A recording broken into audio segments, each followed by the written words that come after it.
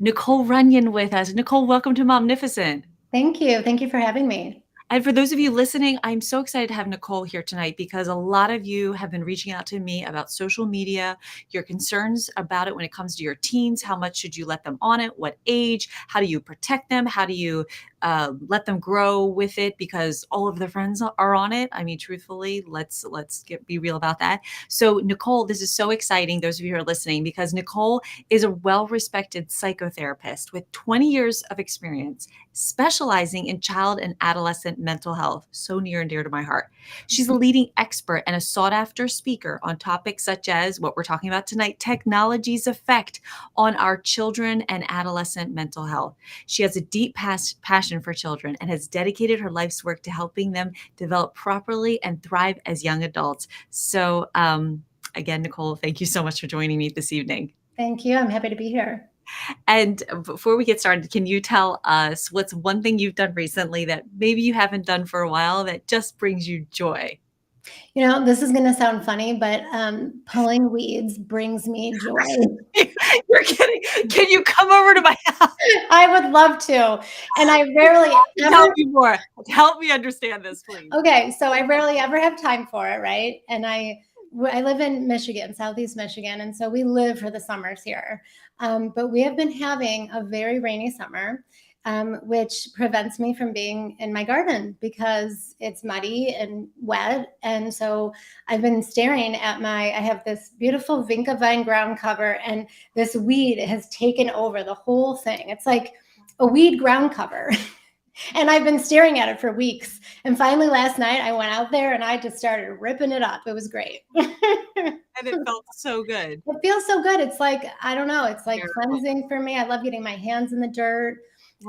It just, it feels good to be just connected to the earth in that way. Yeah. So it finally stopped raining because we're in Delaware. I feel like it rained the whole summer. Yeah. Well, today we had a sunny day, so I'll take it. Yes, our day was beautiful too. Oh my gosh, I love that. Pulling weed. That's cute. That is really cute. All right, so Nicole, we're going to jump right in because I'm going to throw out for the audience to hear a question a parent actually contacted me with that I ended up turning some of the information into a TikTok video recently. And we can't wait. I invited her. She's probably watching this live. I'm so excited. So here's what it is. And parents listening, you might be thinking this as well. So we're excited to hear what Nicole has to share with us. So this parent was like, I'm getting so worried about social media as my kids grow older. I have no idea how to navigate it. A mom of ages 9, 12, and 14. I find myself at a loss when it comes to navigating this digital landscape. My oldest, who's about to graduate 8th grade, is starting to express a desire to get social media, and she keeps talking about how all of her friends have it. However, I can't help but worry about the unrealistic standards it sets, how they could affect her development and self-identity. And this parent says, I've done a lot of digging and I've decided to let her use this app called Daily. I don't even know if I'm saying it right. Daily. It's a social media that doesn't allow filters or edits, so you can post real time. And its mission is to bring that casualness, realness of posting back to social media. And I've told my friends about it, and they're all on board as well. And could it be worth checking it out? Am I crazy for not wanting her to get Instagram and TikTok? I mean, I want her to grow up like an average kid, not miss out on things her friends are doing. And I just wish social media wasn't so toxic, especially for girls. So Nicole, help us with what your thoughts are on that. Yeah, absolutely. Well, first of all, kudos to that mom for doing some research and finding something that actually works. I think that's wonderful. And absolutely, it's toxic. I wish it wasn't because, of course, all the teenagers, especially the girls, are saying that that's their only way to sort of connect to their friends. But yeah, the comparisons, I think, are the hardest part about this. We were all middle school girls once, all of us women. We know what it's like to be insecure, to not like the way we look. And there actually is some developmental psychology rooted in that. When children become 12 all the way through 18, they begin to develop, or they should be developing their sense of identity. So who they are, their likes and dislikes, their traits, their characteristics, these all should get solidified.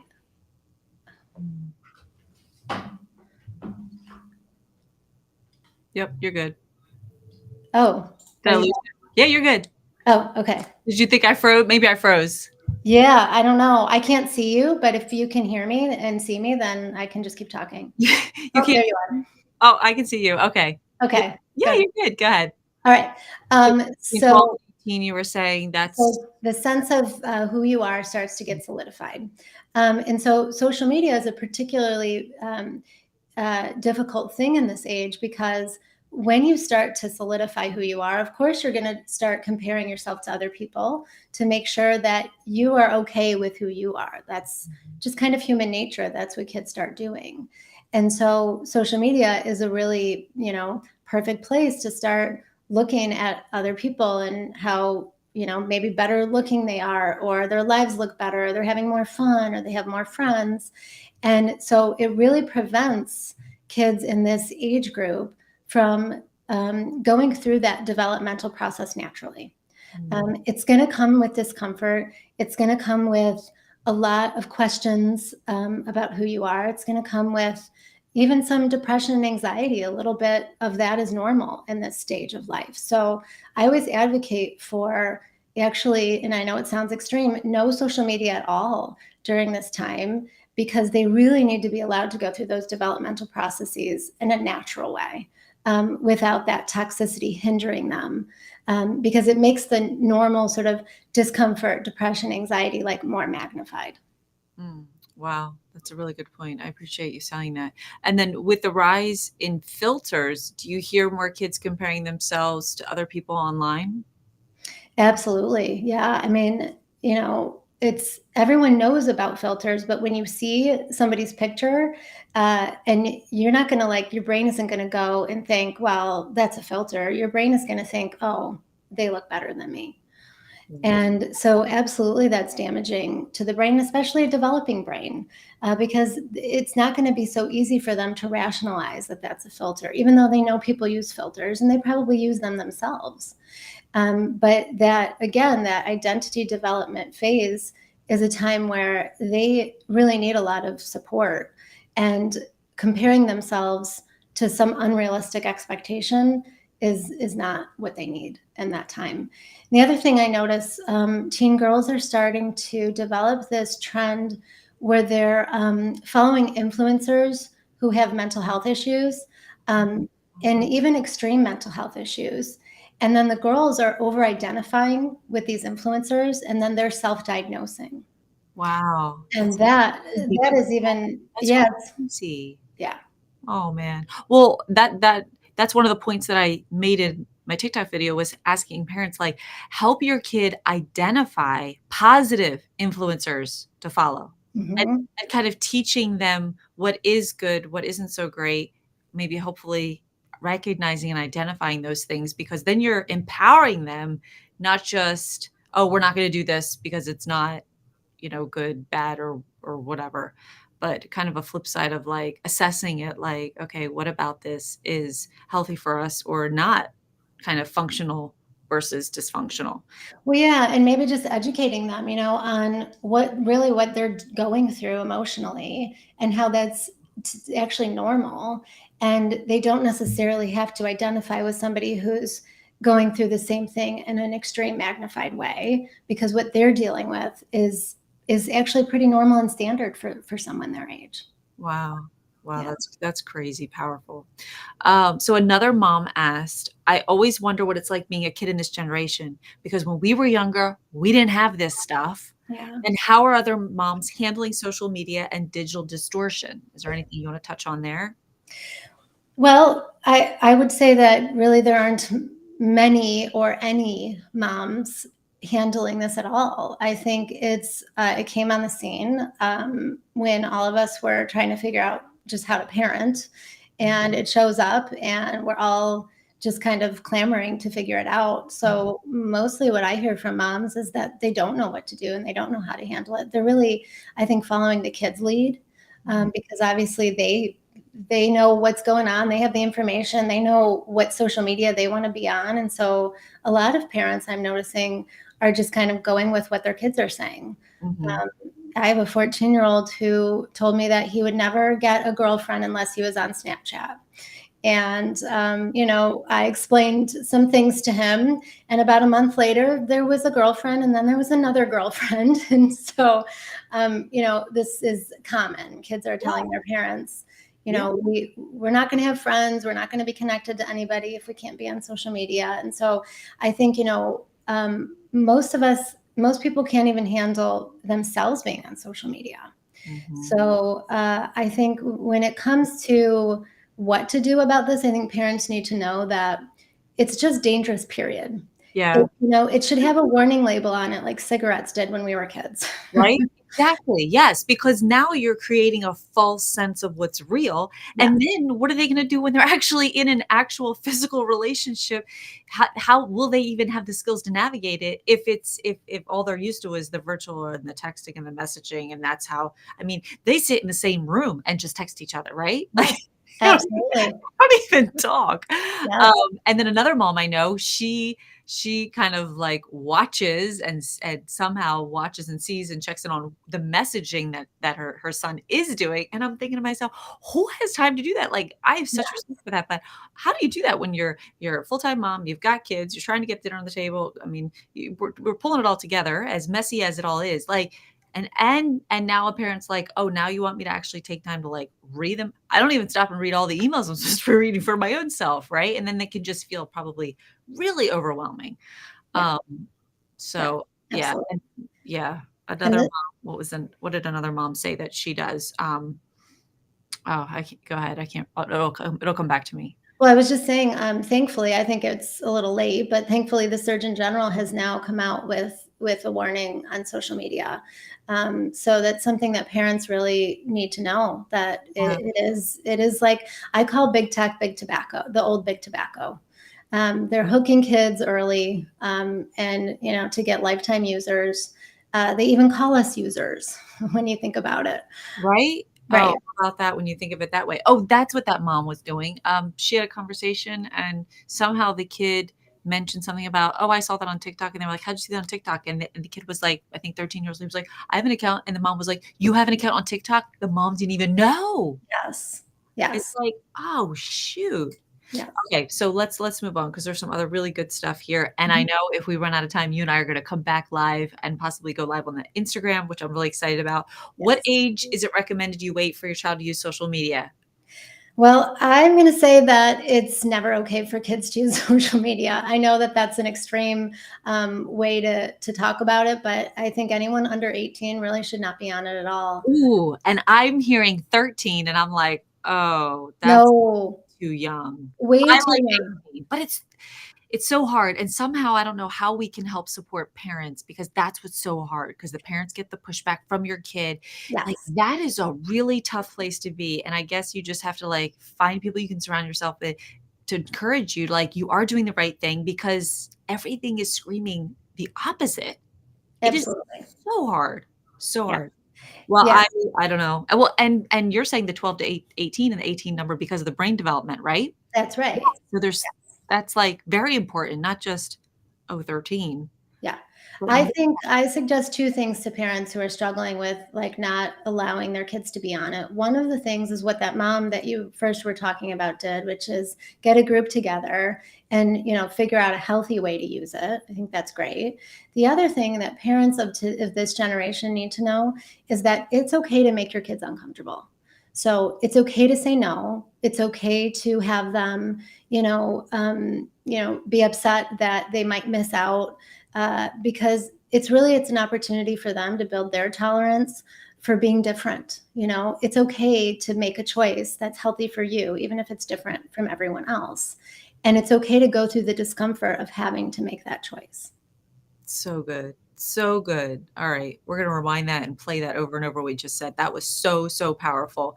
And I think really helpful for moms to hear this Mhm. because it can feel like you're the only mom who's not letting your kid, right? You can just That's feel right. like that. And what do you do with that That's feeling? right. And the mom, it's totally okay for moms to just be uncomfortable with that too. Like, you're going to be uncomfortable with their discomfort, and everyone's going to be uncomfortable. And you know what? That's just okay. It's actually necessary. You're doing the right thing. That's You're right. doing the right thing.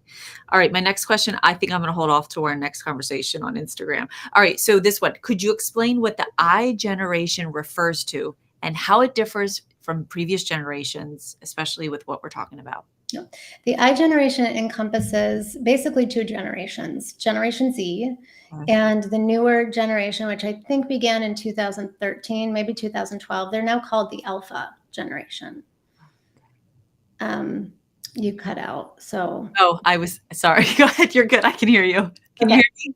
Yep, I can hear Yeah, you. go ahead. So I kind of couple those 2 generations together because there's a uniqueness about them, and of course, the uniqueness lies in that they grew up with technology. Now, the millennials grew up with some technology, but they didn't grow up with an iPad in their lap at 2 years old, whereas the I generation did.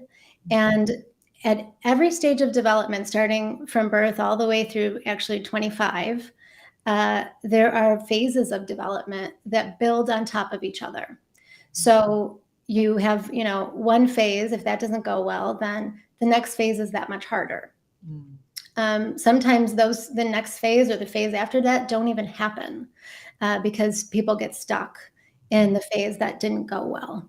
So essentially, if you have an iPad on your lap at 1 or 2 years old, you're not going to develop at any stage the way that you need to because that device is hindering your growth. It's hindering your development on every level: social, emotional, physical, cognitive, and even I talk about spiritual development. Wow. So that's how this generation is different from really any other generation. The other thing I see happening to the I generation is I call it the culture of parenting. It's sort of related to what I was talking about just a bit ago with how parents have trouble making their kids uncomfortable. Mm. So the iPad or the phone or the game or the device of any kind makes you happy, it makes you contented, it makes you, be able to sit still in a restaurant, right? And so I don't really know, chicken egg thing. I don't know what came first, but the parenting is sort of now like morphed into we have to make our kids comfortable and happy all the time. And so Mm. this particular generation is really struggling with their coping skills, just basic, life skills, and Yeah. they're struggling in their teen years, they're struggling in their young adult years. And so it's a really particular generational issue that I think is really important that people understand. Yeah, I think that's so powerful. It reminds me of another video I did recently where the more kids are on tech, the less language they develop at like 2 years old and 3 and 4 and 5 years old. Like it is stunting their growth. It is hindering it. It's like a crutch to them. Like this, like you said, there should be like warning signs going off. And Yeah, too absolutely. often we're not hearing that or feeling the support of standing and having that uncomfortable spot where no, you're saying no to your child, you're not going to have that or have access to that at this time or now.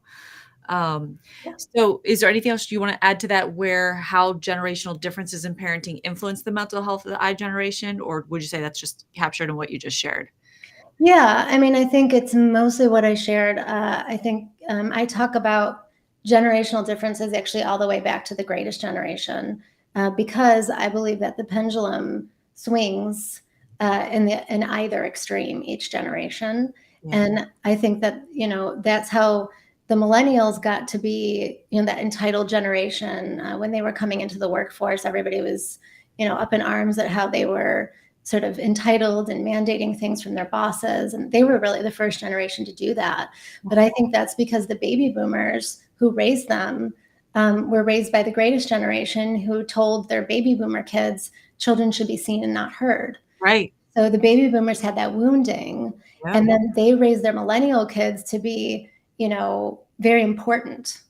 And there's nothing wrong with that, but they didn't have a balance because, and no generation really does culturally, That's because so again, true. the pendulum swings too far in the other direction. Yeah, and that's where we find people, I'll say in my generation, we are having difficulty with the simple thing. If you take self-care, it's hard to take care of ourselves because we were taught like you don't tap into your emotions, don't tap into your feelings. You just do what you're supposed to do because you show up and you get it done. Like that's how it's like this ingrained in us from the generation before us. And now we're teaching kids, like we teach kids these mindfulness lessons. What do you feel? What do you notice? What do you and we're helping them kind of tap into those senses where it takes something for even me to do that with them.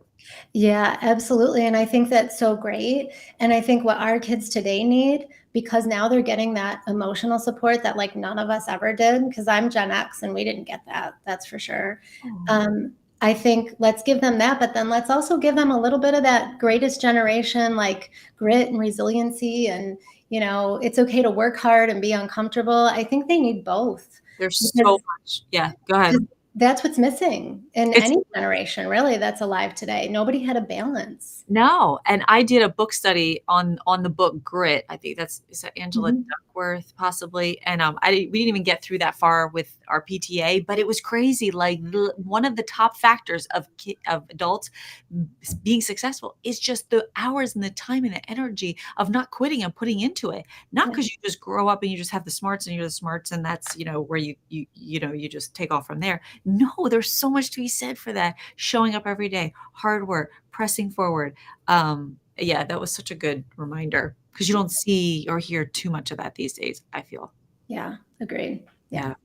Yeah. How can parents strike a balance between allowing their children to use technology while also ensuring it doesn't negatively impact their mental health? I mean, I know Mhm. you're like, just don't do it. And Well, not necessarily. I mean, I'm just don't do social media. I think, of course, there's a time and a place for other technology. I know a lot of the schools are requiring technology, which is a different conversation. But if you have to use it, or if you're using it and you feel like, oh, we can have a balance, my suggestion is that you delay usage as long as possible. I like to say 14 is a good age to start introducing, a device like a cell phone, like a smartphone. Mhm. Um, and because you've delayed usage, you can teach them how to sort of monitor themselves. They have the maturity, they have a little bit of life experience where they can start to recognize, and they've spent long enough without it, where they can start to recognize, oh, you know what? I've been on my phone too long. I need to put it down. Any younger, it's really hard. It's a fight. Yeah. It just is. It's because it's an addictive, it's an addictive device. Even as an adult, I find myself Yes. scrolling through Facebook book, and I will literally tell myself, like, "Stop now, stop now, stop now." Like, I'm just, like, in it, and it's like there's no coming back. Who knows how long the time goes by, like, but I have to, like, actually, like, mentally, like, check myself, and as an adult, right? And then you think of a 14-year-old with that ability, less of an ability to have that control and that ability to stop themselves.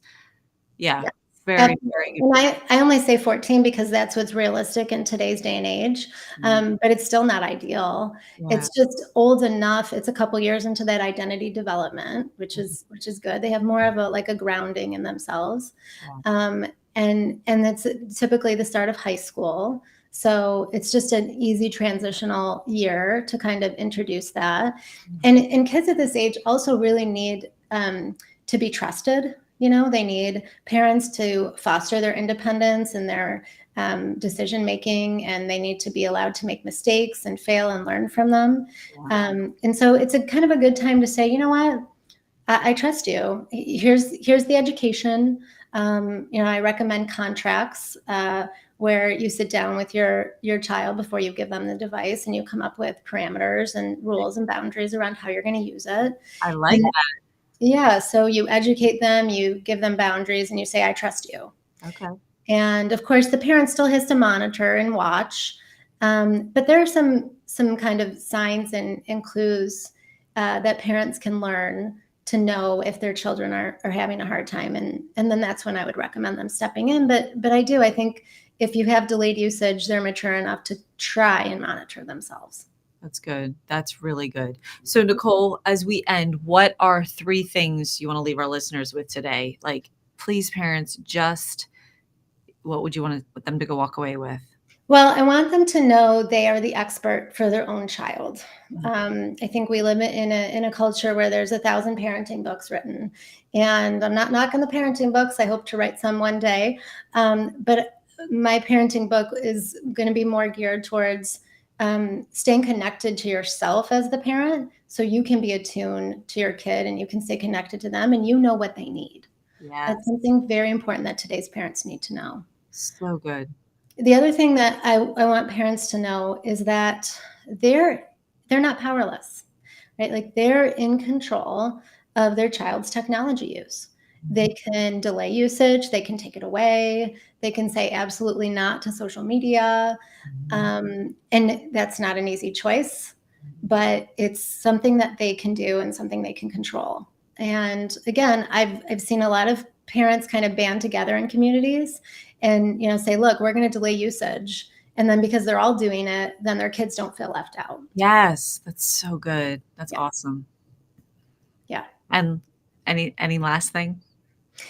Well, I think it's important for parents to recognize their own device usage. Just like you were saying, you have a hard time Yeah. saying, Oh, staying off of social media.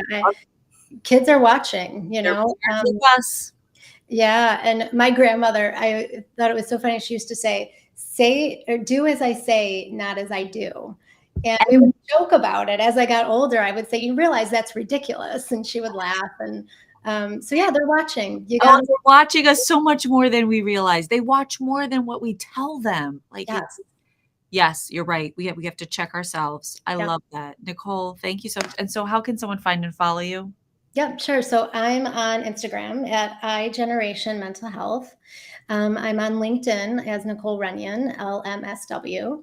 And I'm on Facebook as well as iGeneration Mental Health. I have a website, NicoleRunyon.com. Love it. And yeah. Thank you so much, and I look forward to we are gonna go live, and stay tuned, all of those following, because 'cause we'll give you a post of when that's gonna